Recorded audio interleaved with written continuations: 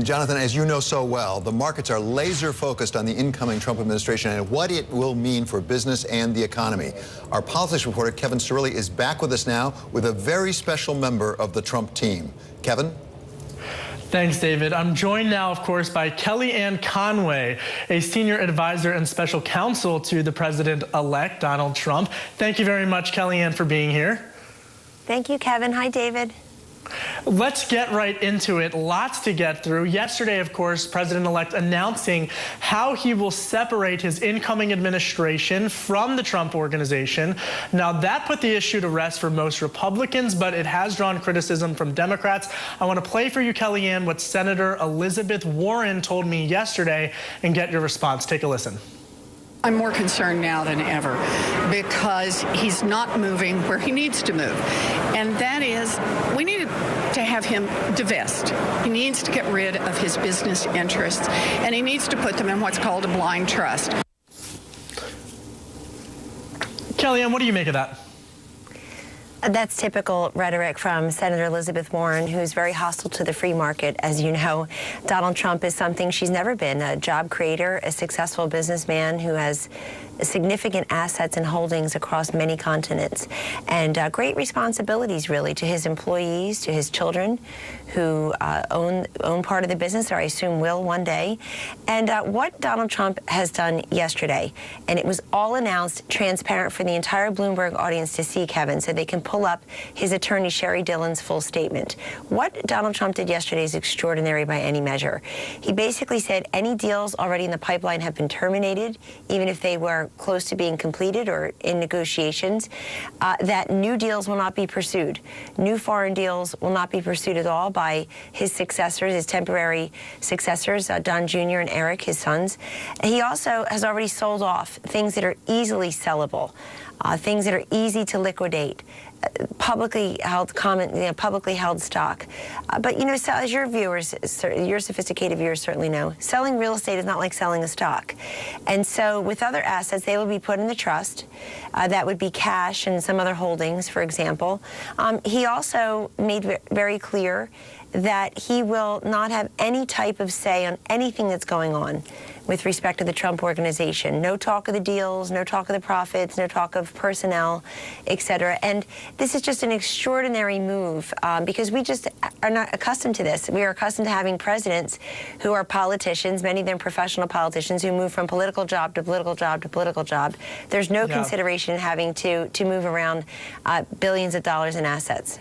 But Kellyanne, I want to ask you specifically about turning over the company to Don Jr. as well as Eric, because you know how close the Trump family is. So is it realistic, I guess, to think that you can build a Chinese wall through this family that is so close and that they won't talk about these business deals in the Trump administration? How do you ease concerns of folks who are uneasy about that?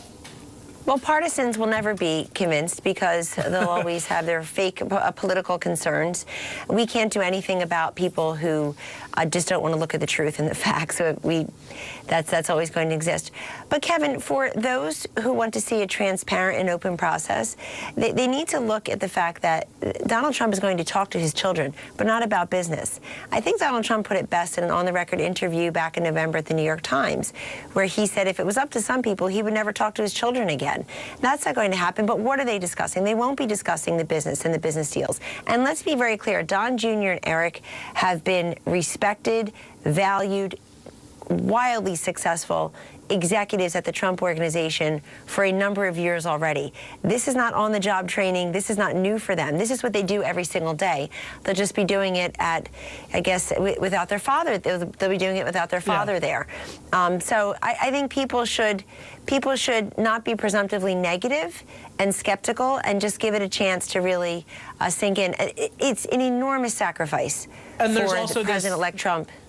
There's also this appointee to an ethics advisor who will have to be overseeing all of those deals. And I want to get a timeline on this. Are we going to have a name for that advisor before inauguration? Are there names that you can share with us? When will that be announced and laid out? I'm not in the position today to share the name of that ethics advisor, but it's so important to build independence and third-party stewardship within this new structure. And they've done that in terms of the ethics advisor. And so that too should make people feel much more comfortable that you'll have an independent person in there, in addition to his sons, in addition to his employee of many years, Alan Weisselberg, who's a deeply respected, a long time, decades-long, 40-some years employee of the Trump organization. Kellyanne, I want to talk about the economy a bit, because this was really at the center of Donald Trump's campaign for the presidency. And yesterday, he mentioned the fact that jobs were really his #1 priority. At the same time, the markets are really waiting, after rising substantially after the election, waiting to hear what is that plan. They didn't get it yesterday. They're somewhat disappointed this morning. This must be high in your list to do. When will we be getting the details of that plan? It's very high on the list, David, and Donald Trump has it as part of his 100-day plan. Anybody can pull that up and see it. The contours should be very much the same as that. So first of all, you already see the Trump effect. You see that manufacturing jobs are already coming back to the U.S., or staying here, I should say. Plans to build factories in Mexico to ship jobs over the border there, take them away from hardworking Americans, have stopped in terms of a few very prominent employers in this country. That's the Trump effect. You see the stock market loves the fact that he was elected. We've had record highs over a number of days. And so I think specifically his job creation plan includes a number of things. He will, first of all, it's just rolling back some of these corrosive regulations. We hear from business owners and aspiring business owners daily that it's the regulatory framework that is suffocating them. In addition, he has a very ambitious, very doable tax relief plan. He will create 25 million jobs over 10 years, and he will reduce taxes across the board. Middle-class tax relief. Those who don't pay taxes will have relief as well. Also in there is energy investment. This is something that we just haven't had in the last 8 years. We've been pretty hostile as a nation to energy investment. You know, David and Kevin, we hear from people all the time. They complain that nothing's made in America anymore. Well, you know what's made in America? Our energy sources. It's under our feet and it's off our shores. And it's time that we have presidential leadership who will help develop it in a responsible and profitable way for all of us, so that we have less dependence on foreign sources of oil, and we can create jobs and stimulate the economy right here at home. So it's a multi-step plan, very much important. We hope that we can have what President George W. Bush had. By June of 2001, he had passed his tax relief package with the help of almost a dozen Democratic senators, because they know their constituents like it. Right. Those are all terribly important issues. Let's just take one or two and be specific about it. For example, infrastructure spending. When will we know whether this will be a top priority and what the timing is on asking for infrastructure spending from the Congress? It is a top priority if you look overall at the first 100-day plan. And it is in his original first 100-day plan that was articulated in Gettysburg in about October 22nd. So people can pull that up and look at that. We also have to work with Congress. I mean, you see what happened in the Senate just last night, David and Kevin, before Mr. Trump is even sworn in.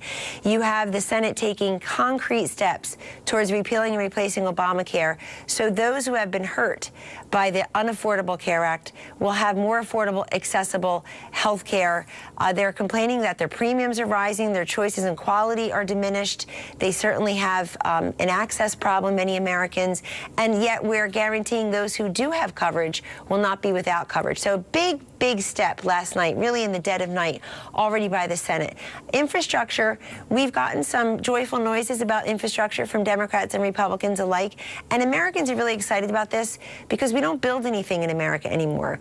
And we all know that our roads, our bridges, our infrastructure is in desperate need of repair and renovation. This is a guy who builds things for a living, and so it's the right person to be stewarding and putting as a major priority in those first 100 days infrastructure. Kellyanne, one last specific. During the campaign, we heard that if elected president, which he now has been, Donald Trump would declare China a currency manipulator right from the beginning. Is that still the plan? When will we hear that announcement? Well, you could take Donald Trump at his word. If he had said that then, he means it now. When he becomes president, he will make clear what his positions and what his priorities are on specific events as they happen. We're very respectful of one president at a time. I've even heard it on your network. So we can't have it both ways, David, that we have one president at a time, and yet we want Donald Trump to pronounce presidential policies now.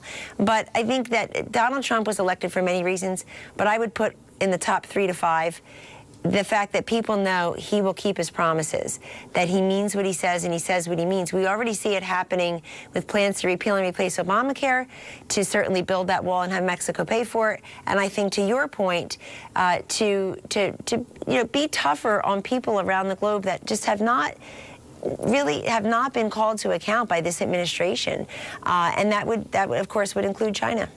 But Kellyanne, it's not just foreign countries. I mean, yesterday in the press conference, we heard him talk about Big Pharma, and he said that they're, quote unquote, getting away with murder. Traditionally, though, it's been Republicans who have been a bit uneasy about regulating Big Pharma. So how is he going to be able to get Republicans in his own party on board? Are the days of Big Pharma kind of getting away with this type of stuff over? And the markets seem to be reacting strongly to that. Do they have it right? Or not? So, Kevin, all of that will be unfolding in the next couple of weeks and months. I will tell you that to repeal and replace Obamacare and not have a conversation about drug pricing seems, not like a reasonable prospect and not responsible prospect. At the same time, I think the president-elect will bring along Republicans, though, and hopefully Democrats, the way he has. Even in these last couple of weeks, they wanted to totally overhaul an ethics office, and he tweeted about it. They changed their minds. He's talking about how important it is to repeal and replace Obamacare in private meetings and publicly. They're already taking steps to do that. He's talking about keeping manufacturing jobs here, and our factories here, since over 70,000 have already closed, and private industry is responding to that in a positive fashion. So I think you see the Trump effect on any number of issues already before he's sworn in. And I think that if you apply that to drug pricing, if we can talk to private industry, if he can bring along the public sector, meaning other Republicans in the House and Senate, other Democrats and independents if they like to come along, it's a healthy conversation to have. We hear from people daily, as I'm sure journalists at Bloomberg do, that they feel crushed by the cost, just the cost of the drugs that they need. So we should at least have that conversation. Donald Trump's the right person to lead it. Kellyanne Conway, special counsel to President-elect Donald Trump, and also a Philadelphia Eagles fan. We thank you very much. We thank you. Thanks, David. Thank you, Kevin. Have a good one. Back to you, David. Many thanks to Kevin Cirilli reporting from Washington for that plug for the Eagles, I must say. So coming up, commodity comeback. Oil extends its biggest gain in 6 weeks after Saudi Arabia said it would cut production by more than its targeted level. We speak with Bank of America's head of global commodities and derivatives research, Francisco Blanch, for his outlook. That's next, and this is Bloomberg.